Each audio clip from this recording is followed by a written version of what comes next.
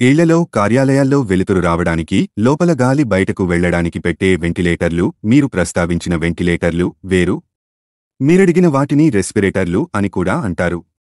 కృత్రిమ శ్వాసక్రియకు ఉపకరించే యంత్ర పరికరాన్ని వైద్య పరిభాషలో వెంటిలేటరు లేదా రెస్పిరేటరు అంటారు.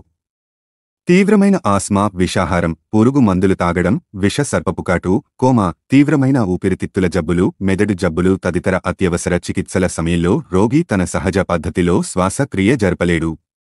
అటువంటి పరిస్థితుల్లో కృత్రిమ శ్వాస కల్పిస్తారు. ఈ వ్యవస్థనే వెంటిలేటర్ అంటారు. సిలిండర్ల నుంచి గొట్టాల ద్వారా ఆక్సిజన్ను నిర్దిష్ట పద్ధతిలో ఊపిరితిత్తుల్లోకి శ్వాస నాళం వరకు ప్రత్యేక ట్యూబుల ద్వారా పంపుతారు. అక్కడ విడుదలైన కార్బన్ డయాక్సైడ్, నీటి ఆవిరిని తిరిగి బయటికి అదే ట్యూబు ద్వారా లాగుతారు.